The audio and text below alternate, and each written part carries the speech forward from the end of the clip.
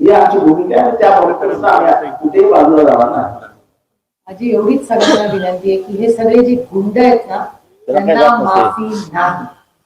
कुठलाही गुंड आज बीड मध्ये जो फिरत असेल त्याला माफी नाही. आणि जो नेता या गुंडांच्या मागे उभा राहील त्याचा पर्दाफाश केल्याशिवाय मी स्वतः बसताना ये नहीं चलेगा. ये गंदी राजनीति आज के बाद महाराष्ट्र में नहीं चलेगी. कोणी असू दे कोणीही हे नाही चलेगा. कारण का ह्या सगळ्या वाल्मिक कराड टाईप लोकांच्या मागे कोणीतरी शक्ती आहे. त्या शक्तीशिवाय हे होणार नाही. कोणाच्या जीवावर शक्ती कोणी का असे ना कोणी त्याची इन्क्वायरी झाली पाहिजे. त्याची इन्क्वायरी झाली पाहिजे.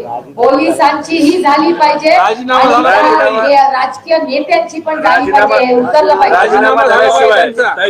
हे जे पोलीस जे प्रेशर खाली आहेत ना घरगड्यासारखे जे वागतात ना ते मंत्रिपदाचा वरच असते त्यांना.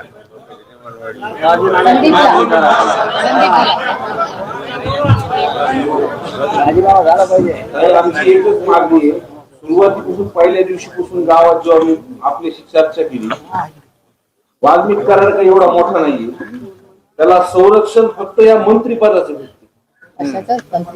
जे धनंजय मुंडे साहेब जे मंत्री आहेत ना तिथं संरक्षण भेटतंय. हे सगळं सरेंडर झाले एका गाडीमधून येते. प्लीज मला भयंकर राग येतोय ऐकल्यावर. पोलीस स्टेशनमध्ये गेल्यानंतर हातात सगळे दोरे गंडे होते. साहेब आवड साहेब आपण सुद्धा लय ताकदीने मांडले सभागृहात माझ्यासोबत यांनी.